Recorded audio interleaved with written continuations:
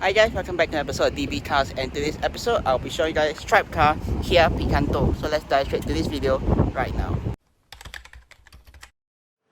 Alright, so here is guys the Kia Picanto or whatever you call it from Tribecar itself. So basically I'll be showing you guys the overall damages for this vehicle if there's any before I show you guys the trunk space as well as the interior. So let me just get started with the exterior itself. So basically exterior wise, looking from the side, so there isn't any obvious damage to it other than maybe some bird shit splattered all around the vehicle itself. So basically, yeah, moving on to the back, no obvious damage that I can spot, which is quite good thing. Let's move on to the driver's side, which is also the same thing, which doesn't really have any damages for this vehicle, which is a good thing. So yeah, other than that, I think overall vehicle condition is not too bad, just that been heavily used itself over the years itself. So yeah, but now let me just show you guys the trunk space. So yeah, and if you're wondering how to access this, basically it's the lever in the driver's side which you can pull to access the fuel door itself. So yeah, but also this car also have aftermarket reversing camera installed. I think when it first brand new it doesn't really have it also. That's another thing to take note.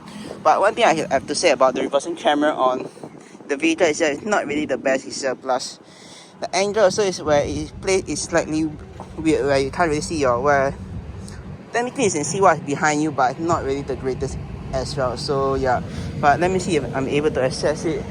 So yeah, basically to access the trunk, there's this button right down below the emblem. Just put on that and you're able to access the trunk space itself. So once the trunk space is open, this is how much space you got. Not really the best.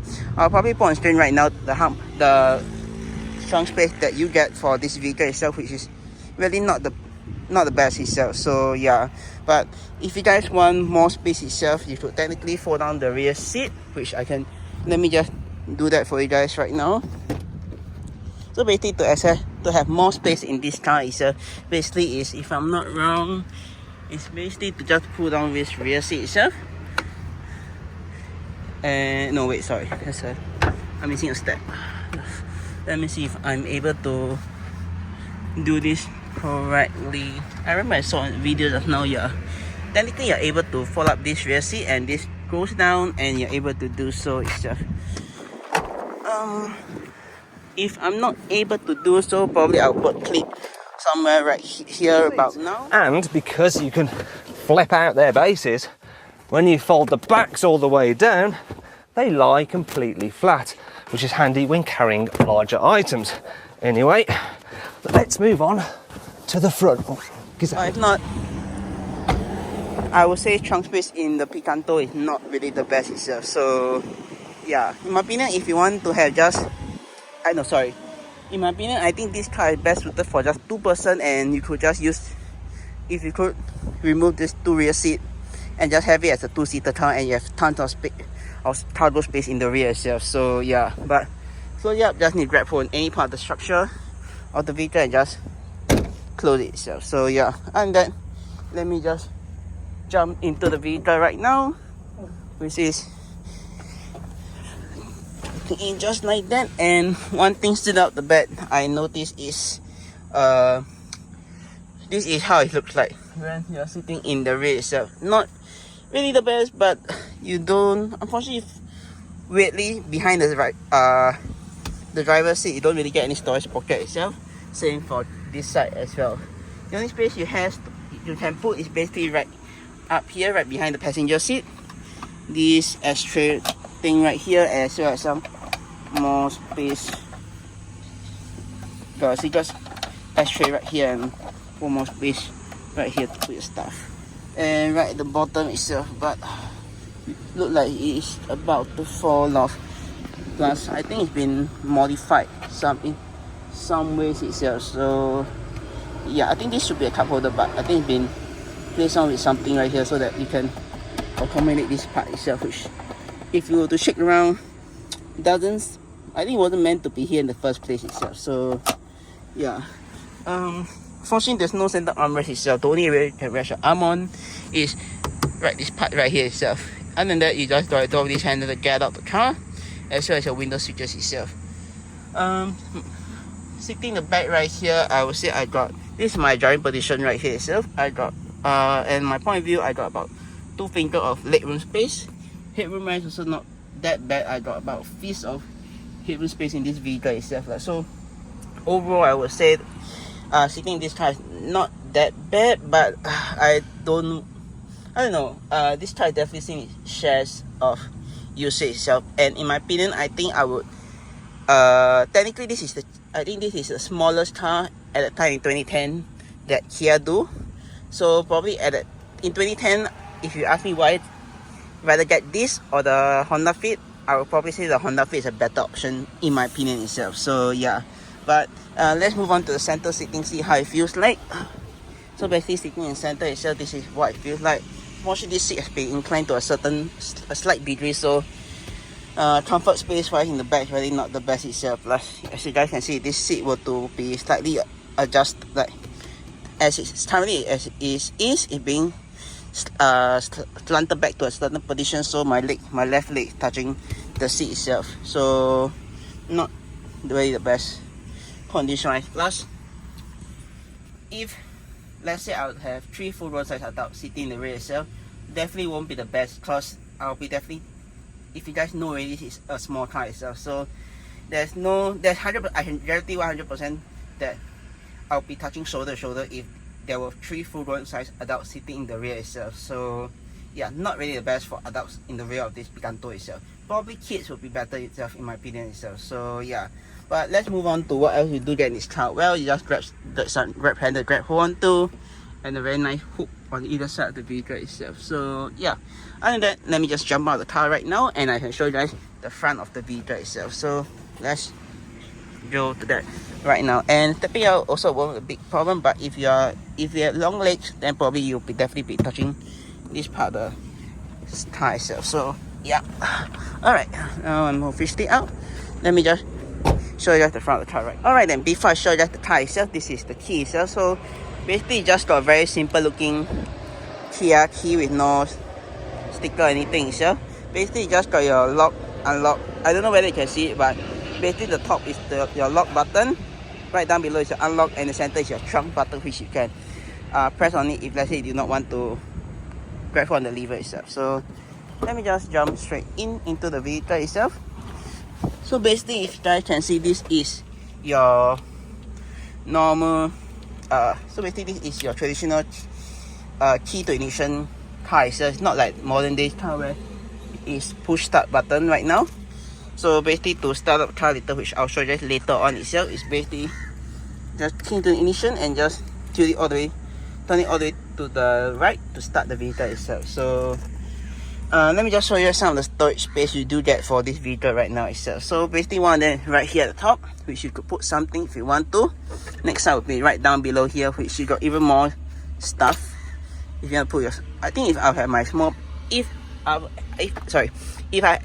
have my small slim bag right now, probably I could do that itself, but for the time being I'll just leave it. So yeah, plus as you guys can see, there's quite a lot of junk in this glove box already itself. So yeah, moving on, you got some storage space right down below here itself.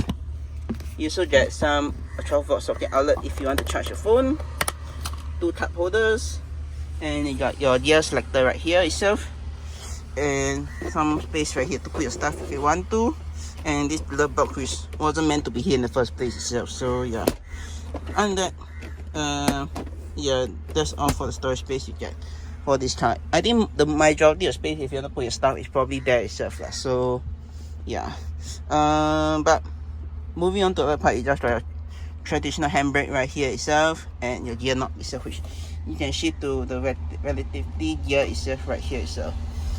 Moving on top, you got your AC controls, which is very simple to use via the knob, which you can twist to adjust various functions of the air conditioning in this car. And you got a slider right here to slide left or right for the recirculation of whether you want air to be recirculating in the cabin or you want direct airflow into the car itself. Moving on, you just got your AC button to turn on, turn off the AC itself. So yeah, that's very simple itself. Moving on top, you got your aftermarket infotainment itself, which has been installed by Tribecar itself. So basically this is the, I think if I'm not wrong, this is an you got basically all the various functions touch function on the side, and if not, you can just touch on the screen, which I'll show you that briefly later on itself. So yeah. Alright then, moving on top, you just got your fog light right at the top and the headlight switch. And moving on top, lastly, the button at the top, you just got your front. I think this should be a front windscreen defroster. If not, it's the rear one itself. So yeah. Alright, lastly, let's just move on to the wheel itself, which is basically quite simple. There isn't any button on the wheel itself which you can press. Just your horn in the center to warn pedestrian or other road users itself. So yeah. Starting on the left, let me just start on the left side of the stock itself, which you have right here itself. Basically, you just got your wiper control, so all the way down to activate the wipers and all the way up to stop it itself. Towards the windscreen wiper, just need to pull back, and you watch the windscreen, your front windscreen. Right here, the knob is just to use for the rear itself. So yeah, and you can adjust the right here in the center. This knob, you can adjust the frequency of the front windscreen itself. On the other side is your light control switch, which can turn the knob to adjust it or turn off. And you just got a high beam to flash a high beam. And to activate high beam, you just need to push forward itself. So yeah. Okay, let me just close the door. First, it's gonna rain. Alright, lastly, you just got, yeah, so basically there's all the function for it itself. So yeah. Don't really get any buttons right here, so just blanks. You got 4 window switches right here itself. This to prevent people from rolling on the windows, and right at the far back itself, you got your mirror control buttons, which you can slide by either side. So basically, this is, I think it's very similar to some of the Hyundai cars of that generation itself. And to adjust the mirror, just this button right here itself. So just switch left or the right or the center itself. So yeah, and that. Just got some small storage space right down there, and your hood with this button right down there itself. So yeah. Alright, lastly, let me just turn on the car right now to show you guys some of the various functions of the car itself. So basically, key to the ignition, the lead ones to the accessory power, which will start up right now.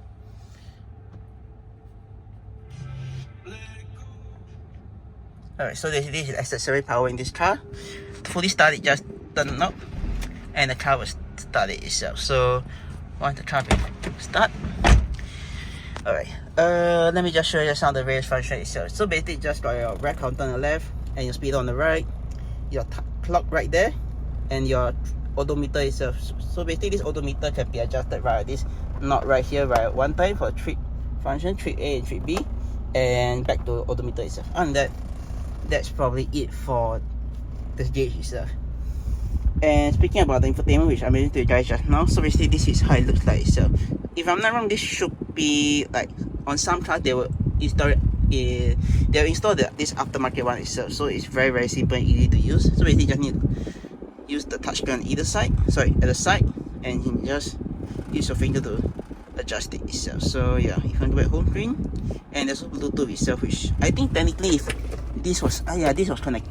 So basically, if you want to use Apple CarPlay or Bluetooth audio, you can just plug it in with this cable itself. So sometimes it could be in the glove box, sometimes it could be somewhere around in the center part right here itself. So yeah, but and that, I think lastly just got your sun visor itself with the mirror itself on either side itself, which is quite common in this vehicle itself. Plus some of the parts are already starting to fall off. So yeah, and just your on button and your off light switch, and the center is when the doors are open itself. So yeah, and that's basically it for that. I think that's all I have to say for this vehicle itself. If you guys enjoyed the video itself, do click on the subscribe button down right below to see more videos like this, or click subscribe and please see my 2 other videos. And with that, I will see you guys in my next video. Peace.